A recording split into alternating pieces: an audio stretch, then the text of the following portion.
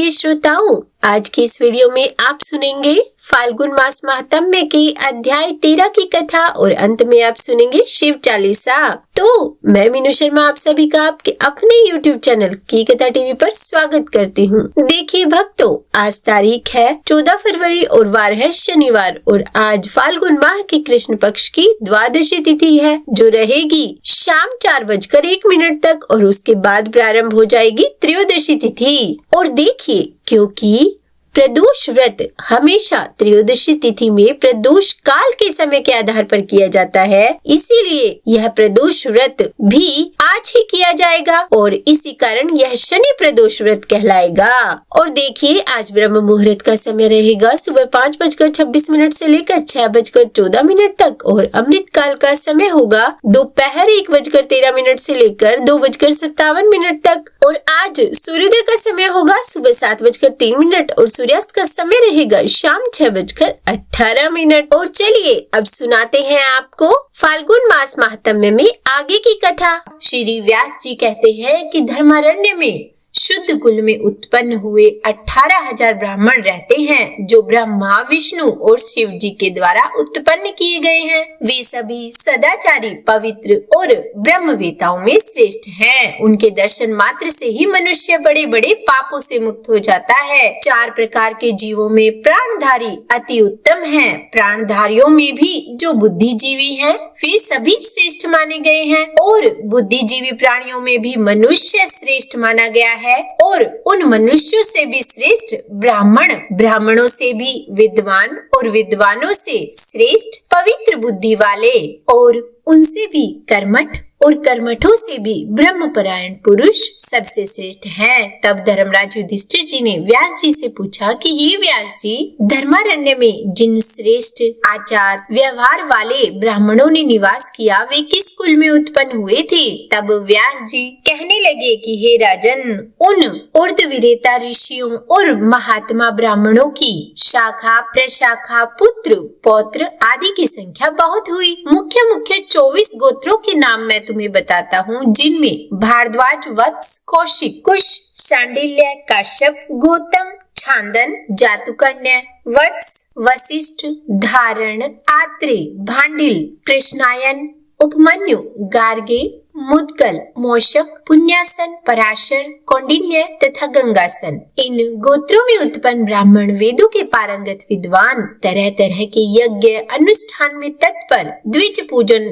कर्म में संलग्न, सत्कर्म परायण और गुणवान हुए। हे राजा युधिष्ठिर, पहले वहाँ के ब्राह्मणों को यक्ष, राक्षस और पिशाच आदि बहुत परेशान किया करते थे। तब उन ब्राह्मणों ने देवताओं से कहा कि हे देवता गणों, यक्ष और राक्षस आदि से हम प्रतिदिन सताए जाते हैं, इसीलिए उनके भय से हम लोग अब इस उत्तम स्थान को त्याग देंगे। यह सुनकर देवताओं ने लोकहित की कामना से ब्राह्मणों की रक्षा करने के लिए प्रत्येक गोत्र में एक एक योगिनी की स्थापना की। जिस गोत्र की रक्षा और पालन में जो शक्ति समर्थ हुई, वह उस गोत्र की कुल देवी मानी गई। श्री माता तारिणी देवी, गोत्रपा, आशापुरी, इच्छार्थी नाशिनी, पिप्पली, विकार विशा, जगन माता, सिद्धा, भट्टारिका, कदम्बा, विकरा, मीठा, सुपर्णा, वसुझा, महादेवी, मातंगी, वाणी, मुकुटेश्वरी, भद्री, महाशक्ति संघारी,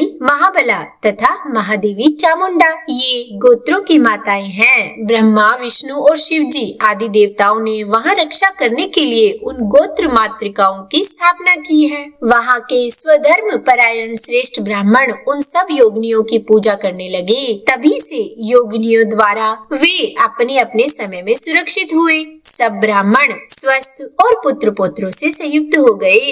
हे राजन, 100 वर्ष बीतने के बाद श्री ब्रह्मा, विष्णु और शिव जी धर्मारण्य को देखने के लिए प्रातः काल सूर्योदय के समय उत्तम विमान पर विराजमान होकर आए। उस समय ब्राह्मण लोग समिधा, पुष्प और कुशा लाने के लिए आश्रम छोड़कर सब दिशाओं में चले गए थे।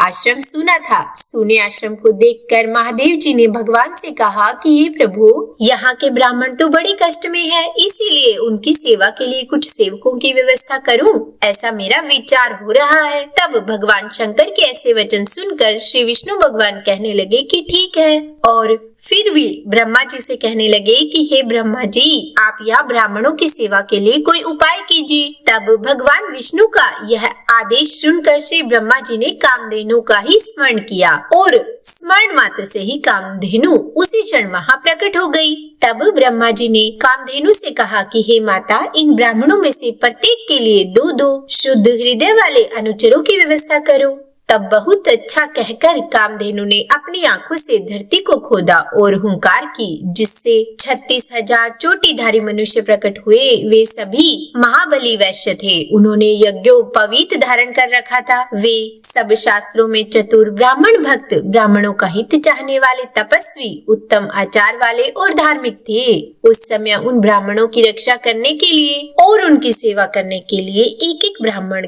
को 2-2 अनुचर यानी कि 2-2 सेवक दे दिए गए। हे राजन, ब्राह्मण का पहले जो गोत्र बताया गया है वही उसके अनुचर का भी हुआ। इसके बाद ब्रह्मा जी ने उनके हित के लिए कहा कि तुम सब लोग इन ब्राह्मणों का कहना मानो और इन्हें जिस भी वस्तु की आवश्यकता हो उसे लाकर दिया करो। हर दिन समिधा, पुष्प, कुशा आदि लेकर आओ। हमेशा उनकी आज्ञा के अनुसार चलना, कभी उनका अनादर मत करना। जात कर्म, नामकरण, अन्नप्राशन, चूड़ाकरण, उपनयन आदि संस्कार और जो भी व्रत, दान, उपवास आदि कर्म प्राप्त हो, उन्हें इन ब्राह्मणों की आज्ञा के अनुसार ही करना चाहिए। इनकी आज्ञा लिए बिना जो दर्शयाग, श्राद्ध कार्य या फिर कोई भी शुभ कार्य करेगा वह दरिद्रता, पुत्र शोक और कीर्ति नाश को प्राप्त होगा।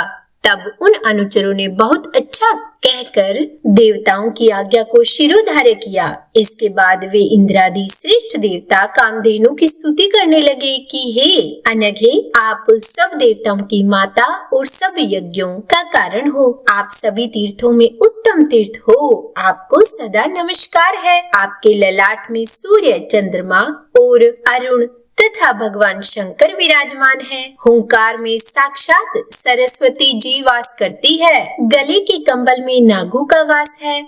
खुर पृष्ठ में गंधर्व और चारों वेद हैं और आपके मुख के अग्रभाग में समस्त चराचर तीर्थ हैं। और इस प्रकार से तरह तरह के वचनों से प्रसन्न की हुई कामधेनु स्वर्ग को चली गई। उन वैश्यों के विवाह के लिए भगवान शंकर और यमदेव ने गंधर्वों की कन्याओं को लाकर उनकी पत्नी के रूप में स्थापित किया। विश्वावसु नाम से प्रसिद्ध जो गंधर्वों के राजा है, उनके यहाँ 60,000 कन्याएं थी। वे सभी रूप, यौवन और उदारता से संपन्न थी। उन्हीं को वेदोक्त विधि से देवता के समीप उन वैश्यों के लिए अर्पित किया गया। उस समय उन वैश्यों ने गंधर्वों को, पूर्वज देवताओं को, सूर्य और चंद्रमा को तथा यमराज और मृत्यु को भी आज्य भाग दिया। विधि पूर्वक आज्य भाग अर्पित करने के बाद ही उन वैश्यों ने उन कन्याओं का वरण किया, यानी कि उनसे विवाह किया। और तब से लेकर आज तक गंधर्व विवाह उपस्थित होने पर देवता आज्य भाग ग्रहण करते हैं।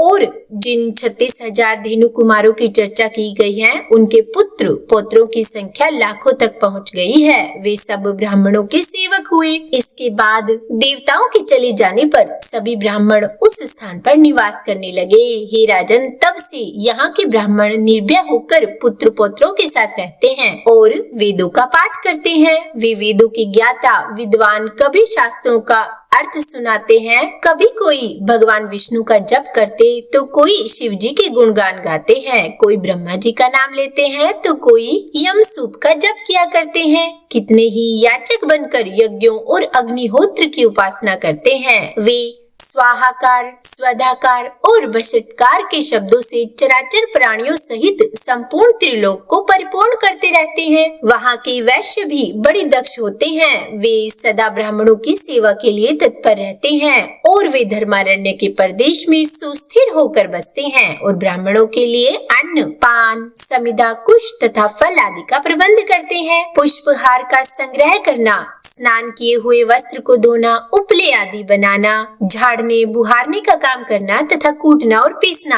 आदि कार्य उन वैश्यों की पत्नियां किया करती। श्री ब्रह्मा विष्णु और शिव जी के वचन से सब लोग उन ब्राह्मणों की सेवा करते थे। तब से सब ब्राह्मण स्वस्थ होकर हर्ष पूर्वक दिन रात श्री ब्रह्मा विष्णु और शिव आदि की उपासना करने लगे। उसके बाद श्री व्यास जी बोले कि हे राजन, जब कुछ समय बीत जाने के बाद सतयुग की समाप्ति हुई तब त्रेता के प्रारंभ में लोल जीवाक्ष नामक एक राक्षस हुआ जो सभी राक्षसों का राजा था। उसने ब्राह्मणों से सेवित उस परम पवित्र और सुंदर धर्मारण्य में द्वेषवश आग लगा दी। अपने नगर को जलता हुआ देखकर श्रेष्ठ ब्राह्मण वहां से भाग खड़े हुए। तब श्री माता आदि देवियां क्रोध में भरकर उस राक्षस को फटकारते हुए उस पर प्रहार करने लगी। राक्षस ने उन देवियों को देखकर भयंकर सिंहनाद किया। उस समय धर्मारण्य में बड़ा भारी कोलाहल मच गया, जिसे सुनकर देवराज इंद्र ने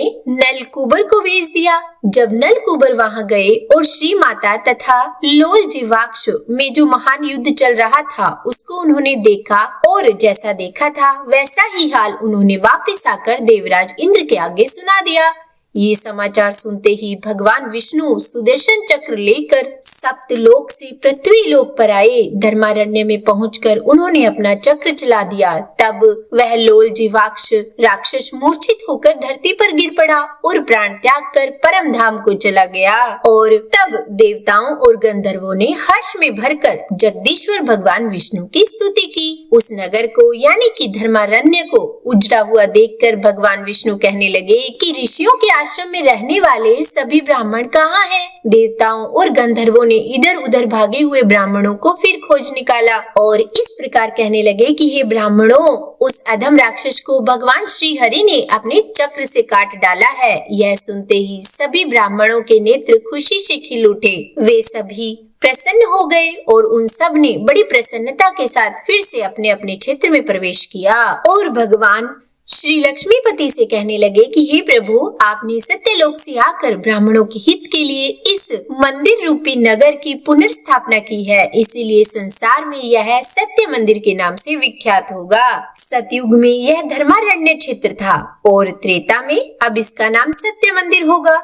भगवान विष्णु ने तथास्तु कहकर उनकी यह प्रार्थना स्वीकार कर ली, जिसके बाद वे सभी ब्राह्मण अपने पुत्र पौत्री पत्नी और सेवकों के साथ पहले ही की तरह निवास करने लगे। उस नगर के पूर्व भाग में धर्मेश्वर, दक्षिण भाग में श्री गणेश, पश्चिम में सूर्य देवता और उत्तर में साक्षात स्वयंभू ब्रह्मा जी का स्थान है। युधिष्ठिर जी ने व्यास जी से पूछा कि हे महाभाग, गणेश जी को किसने स्थापित किया? तब व्यास जी बोले कि महाराज, पूर्व काल में सब देवताओं ने धर्मारण्य में श्री दुर्गा जी के पुत्र गणेश जी को स्थापित किया था। अब मैं आपको गणेश जी की उत्पत्ति का एक कारण बतलाता हूँ। एक समय देवी पार्वती ने अपने अंगों में उपटन लगाया और उससे जो मैल निकली उससे हाथ पे रखकर एक सुंदर स्वरूप प्रतिमा बना दी और फिर उसमें उन्होंने जीव का भी अर्थात प्राणों का भी संचार कर दिया। तब वह बालक उनके आगे उठकर खड़ा हो गया और माता से बोला कि हे माँ, आज्ञा दीजिए। हे माता श्री, मैं कौन सा कार्य करूँ? तब देवी पार्वती कहने लगी कि मैं जब तक स्नान करूं तब तक तुम मेरे द्वार पर खड़े रहो और किसी को भी अंदर आने मत देना। देवी की इस प्रकार आज्ञा लेकर श्री गणेश जी हथियार लेकर द्वार पर खड़े हो गए। उसी समय महादेव जी आए और उन्होंने घर के भीतर प्रवेश करने का विचार किया, किंतु द्वार पर खड़े एक नन्हे से बालक ने उन्हें भीतर नहीं जाने दिया, जिससे महादेव क्रोधित हो गए और फिर दोनों पिता और पुत्र में परस्पर युद्ध होने लगा। महादेव जी ने अपने त्रिशूल से उस बालक का मस्तक काट डाला। इधर अपने पुत्र को मरा हुआ देखकर देवी पार्वती जी फूट फूट कर रोने लगी। पार्वती जी को दुखी देखकर भगवान शंकर को बड़ी चिंता हुई और इतने में ही उनकी दृष्टि वहां पर आए हुए गजासुर पर पड़ गई। उस महादैत्य को देखकर भगवान शंकर ने उसे मार डाला और उसका मस्तक लेकर पार्वती जी के बनाए हुए बालक के धड़ से जोड़ दिया। जब बालक उठकर खड़ा हो गया तब शिव जी ने उसका नाम गजानन रखा और फिर सभी देवताओं ने और मुनियों ने मिलकर भगवान गणेश जी की स्तुति की। देवतागण कहने लगे कि हे भगवान, आपको नमस्कार है, आप देवताओं के ईश्वर तथा गणों के स्वामी हैं। आपको नमस्कार है हे गजानन, आप महादेव जी के भी अधिदेवता है, आपको नमस्कार है। इन शुभ स्तोत्रों द्वारा स्तुति करने पर गणों के स्वामी श्री गणेश जी अत्यंत प्रसन्न होकर इस प्रकार कहने लगे कि हे देवता गणों, मैं आप पर बहुत संतुष्ट हूँ। आप कोई मनोवांछित वर मांगो, मैं आपको अवश्य दूंगा। तब देवता गण कहने लगे कि हे महाभाग, आप यहीं रहकर हमारा कार्य सिद्ध करें। धर्मारण्य में रहने वाले ब्राह्मण, वैश्य जन, धार्मिक पुरुष तथा वर्णाश्रम से अलग मनुष्यों का भी आप सदा संरक्षण करें, सदा उनकी रक्षा करें। आपकी कृपा से यहाँ के ब्राह्मण और महाबली वैश्य सदा धन और सुख से संपन्न हो। जब तक सूर्य, चंद्रमा और पृथ्वी रहे तब तक आप यहीं रहकर सबकी रक्षा करते रहें। तब गणेश जी ने तथास्तु कहकर उनकी प्रार्थना स्वीकार कर ली और देवताओं ने हर्ष में भरकर फिर गणेश जी का पूजन किया। संसार के दूसरे लोगों ने भी विघ्न निवारण के लिए उनकी पूजा की, इसीलिए गणेश जी विवाह उत्सव और यज्ञ में सबसे पहले पूजित होते हैं। धर्मारण्य में रहने वाले लोगों पर तो वे सदा प्रसन्न रहते हैं। तो बोलिए ओम नमः शिवाय, हर हर महादेव। आज की यह कथा समाप्त हुई और चलिए सुनाते हैं आपको शिव चालीसा। जय गणेश गिरिजा सुवन, मंगल मूल सुजान, कहत अयोध्या दास तुम, देहु अभय वरदान। जय गिरिजापति दीन दयाला, सदा करत संतन प्रतिपाला। भाल चंद्रमा सोहतनी के, कानन कुंडल नागफनी के, अंग गोर शिर गंग बहाए, मुंड माल तन शार लगाए। वस्त्र खाल बागंबर सोहे, छवि को देखी नाग मन मोहे। मैना मातु की हवे दुलारी, बाम अंग सोहत छवि न्यारी। कर त्रिशूल सोहत छवि भारी, करत सदा शत्रुन क्षयकारी। नंदी गणेश सोहे तह कैसे, सागर मध्य कमल है जैसे। कार्तिक शाम और गणराऊ, या छवि को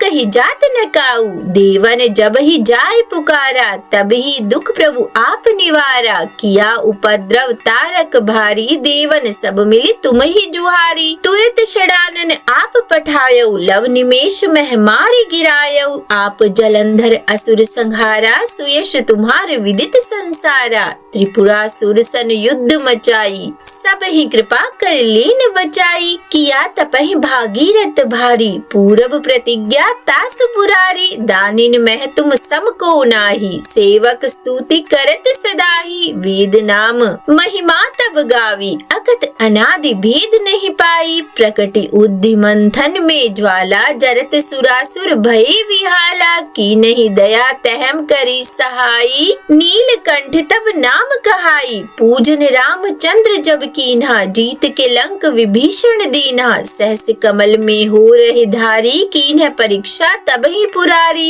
एक कमल प्रभु राखे उजोई, कमल नयन पूजन चहम सोई। कठिन भक्ति देखी प्रभु शंकर, भये प्रसन्न दिए इच्छित वर। जय जय जय अनंत अविनाशी, करति कृपा सबके घटवासी। दुष्ट सकल नित मोहि सतावे, भ्रमत रहो मोहि चैन न आवे। त्राहि त्राहि मैं नाथ पुकारो, यही अवसर मोहि आन उबारो। ले त्रिशूल शत्रुन को मारो, संकट से मोहि आन उबारो। मात पिता भ्राता सब होई, संकट में पूछत नहीं कोई। स्वामी एक है आस तुम्हारी, आए हरहु मम संकट भारी। धन निर्धन को देत सदा ही, जो कोई जांचे सो फल पाही। स्तुति के विधि करे तुम्हारी, शमहु नाथ अब चूक हमारी। शंकर हो संकट के नाशन, मंगल कारण विघ्न विनाशन। योगी यति मुनि ध्यान लगावे, शारद नारद शीश नवावे। नमो नमो जय नमः शिवाय, सुर ब्रह्मादिक पार न पाए। जो यह पाठ करे मन लाई, तापर होत है शंभु सहाय। ऋणिया जो कोई हो अधिकारी, पाठ करे सो पावन हारी। पुत्रहीन कर इच्छा जोई, निश्चय शिव प्रसाद देहि होई।